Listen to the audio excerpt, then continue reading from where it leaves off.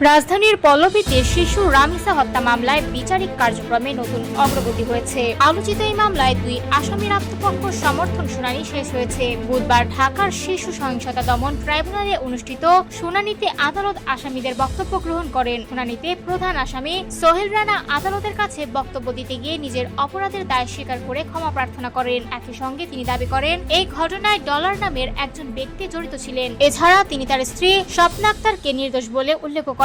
অন্যদিকে স্বপ্না আক্তার আদালতকে জানান তিনি কোনো অপরাধের সঙ্গে জড়িত নন এবং তার বিরুদ্ধে আনা অভিযোগ অস্বীকার করেন। তিনি আদালতের কাছে নিজের মুক্তি কামনা করেন। তবে রাষ্ট্রপক্ষের আইনজীবীরা আদালতকে জানান আসামিদের এমন বক্তব্য মামলার বিচার প্রক্রিয়াকে প্রভাবিত করার চেষ্টা হতে পারে। অন্যদিকে রাষ্ট্র নিযুক্ত আসামি পক্ষের আইনজীবী জানান আসামিদের পক্ষে নতুন কোনো সাফাই সাক্ষী উপস্থাপন করা হবে না। শুনানি শেষে রাষ্ট্রপক্ষ যুক্তিতর্ক উপস্থাপনের জন্য সময় প্রার্থনা করলে আদালত আগামী বৃহস্পতিবারের দিন নির্ধারণ করেন। এর আগে মামলাটিতে ভুক্তভোগীর পরিবারের সদস্য, প্রতিবেশী, প্রত্যক্ষদর্শী এবং তদন্ত কর্মকর্তা সহ মোট 16 জন সাক্ষী আদালতে সাক্ষ্য প্রদান করেন। সাক্ষ্য গ্রহণ শেষ হওয়ার পর আদালত আত্মপক্ষ সমর্থনের জন্য এই দিন ধার্য করেছিলেন। উল্লেখ্য, গত 19 মে রাজধানীর পল্লবীর একটি বাসা থেকে 8 বছর বয়সী শিশু রামিসার মরদেহ উদ্ধার করা হয়। এই ঘটনায় তদন্তের পর ওই বাসার বাসিন্দা সোহেল রানা ও তার স্ত্রী স্বপ্না আক্তারকে গ্রেপ্তার করা হয়। পরবর্তীতে মামলাটি ব্যাপক আলোচনার জন্ম দেয় এবং দ্রুত বিচার কার্যক্রম শুরু হয়।